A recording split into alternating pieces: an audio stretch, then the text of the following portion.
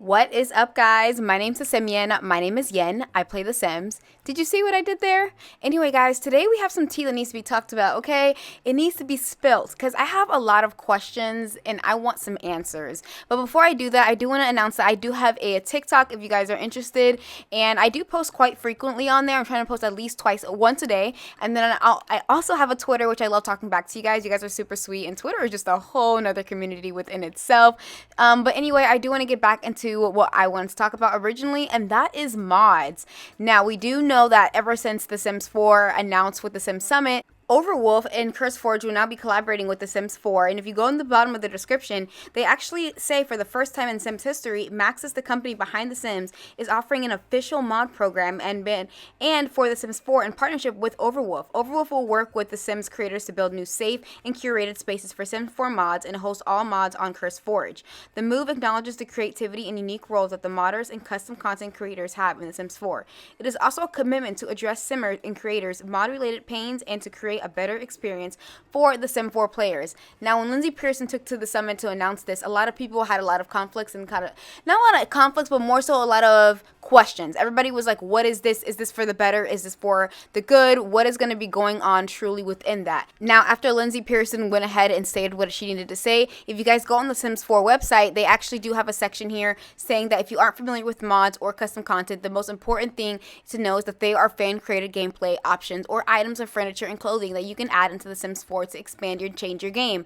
Now, because of the release of October 18th of stating that The Sims 4 is now free, this is going to bring in a whole new world of players, which means it's going to bring in a whole new world of people that don't understand mods or want to use mods but don't know quite how to, and this is just an easier way for them to do so. Now, when they did announce this, they did also mention that they were partnering up with Hey Harry, which is a very famous CC creator, as well as Little Dicka, who is actually completely huge in the Sims community when it comes down to CC, having really good, awesome fan creator packs such as Sweet Treats. My favorite one is the Starbucks one, which is I do not know why the Sims 4 to begin with did not do this.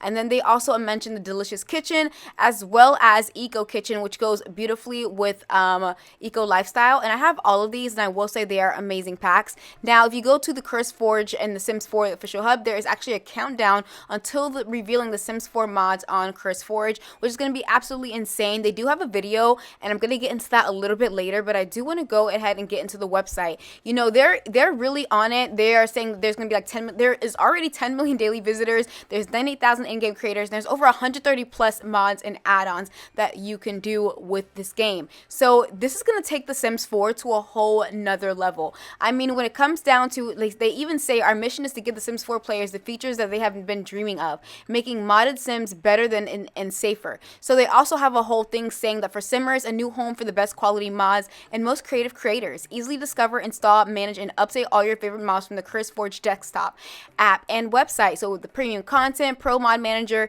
easy discovery, safe and Simsy, update galore, managed and moderated. So the Safe and Simsy I have a question about, because they said that all the content on CurseForge meets guidelines and created in partnership with the Sims 4 team and is clean of violence and nudity. Now, I do want to get into that in just a little bit, because I also want to go into what I was actually talking about for the topic of this video, but I do want to go ahead and talk about the YouTube video that they actually put out collabing with The Sims 4, and they do go on to say, you know, for the first time, The Sims 4 players will be able to find, install, and play their mods and custom content on a single platform designed solely for them. A lot of people actually didn't know this video existed, and I will actually link it down below for those who are actually interested in watching the entire full video and really getting the scoop on what's going on. They even had the CEOs of, you know, CurseForge talking about what would be going on, what is going to be happening.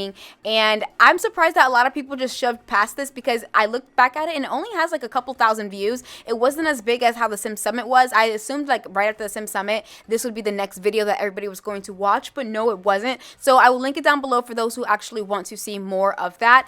And of course they did announce even more things, such as what is CurseForge, because a lot of people don't even know about that. But they did say that it's a leading mod hub, is a part of WaterWave, the guild for in-gamers. We're a group of gamers who build for games. Our goal is to reward in-game content creators for their hard work. We offer gamers mods and add-ons for some of the world's most prominent titles, and now we're teaming up with The Sims 4. It is also the only mod platform in the world that lets modders earn real income by creating content for the games they love. Now, I know you guys are wondering, what does this have to do with anything? In fact, this sounds amazing. This sounds like a brilliant idea. I don't know what's the problem. So now, you guys do remember that there was drama a couple of months ago within the Sims community when EA put out a policy stating that there was a policy on mods about content creating and how, long story short, you couldn't be putting out stuff, you couldn't be putting stuff behind a paywall. And a lot of people had Patreons, and you know, we do know that mods is a big part of the Sims community. And when they announced that mods must be non-commercial and distributed free of charge, mods cannot be sold, licensed, or rented for a fee, nor can mods contain features that support monetary transactions of any type, a lot of people felt some type of way about that. They were like, what do you mean we can't earn money from this? Now, I knew this had to do with something they were doing in the future, which is what they're doing right now. So we're going to talk about that just a little bit more, but someone by the name of Dace Cross said, I'm a bit out of the loop, but I'm assuming mods like Basemental, Wicked Whims, and Extreme Violence Mob won't be on there, and I completely agree. I don't think it'll be on there at all. Does go on to say that that's what I have in the back of my mind. I don't care if it's not advertised promo with the rest of the mods, but don't ban the use because not all of us are under 18, and that might mean having to break rules on a game and I spent too much on. I won't let my brain go further without more info. So yeah, with that being said, I do want to get into just a little bit when I did read that, and also just a conversation that I wanted to start with you guys, because I was really interested in what do you guys think? Do you guys think that was pre-planned? Like when The Sims came out saying, hey, you guys can't put stuff behind a permanent paywall, but we can. And I understand at the end of the day, it's still their company. They are still allowing modders to mess with their game. And at the end, they just said that you cannot put your name, like you can't put our franchise on that. Like that, your mod is a completely separate thing. But now with this, you know, with this mod hub that they're creating, now they're able to, technically, it will be behind a paywall. So it's okay for the Sims to do it, but it's not okay for the modders to do it on their own. And I think what that has to do is to avoid any disruptancy when it comes down to, you know, very crazy mods that some people do have, which is understandable. But at the end of the day, I do want to know, how much further are they going to take this? Will they be banning mods as far as if anyone else is downloading or making mods outside of this mod hub? What will happen with it? Are they going to ban alpha mods? Are they going to ban CC mods? And at the end of the day, I don't think anybody's actually talking about this, but they have yet to announce or talk about the lack of care in the Sims 4 console community. They will not be able to have access to this. I think that if it involves the Sims and that they're doing something huge when it comes down to this would have been a perfect time to make sure that console was allowed. Now, I do know the reason, or not I know the reason, but they did mention some of the reason of why it's so hard to get CCs and mods on console is because of like a deal with Sony or something like that was going on. I don't know if that's still accurate. I have to actually do a little bit more research on it. That's just off the top of my head of what I remember of why they couldn't do it, because when I was console, before this year started, I was really invested in why the freak I couldn't download any CCs or mods.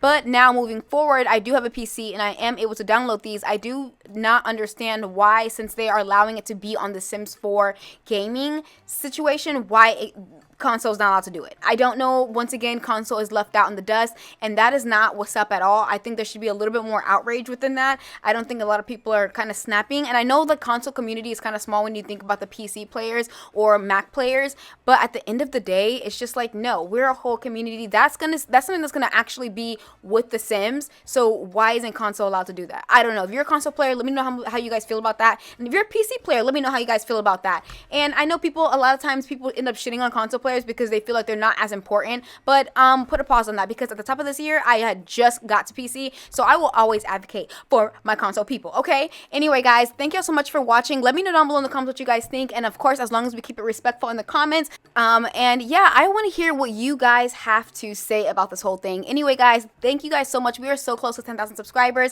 and again, I appreciate every single one of you. I genuinely love this community we have built. I love the fact that we are able to express ourselves in the comments and talk about things and just be a complete news source of all things Sims, and I love that. I really am, and I'm really glad I made this channel. So anyway guys, thank y'all so much for watching, and I'll see you guys all in the next video. Bye.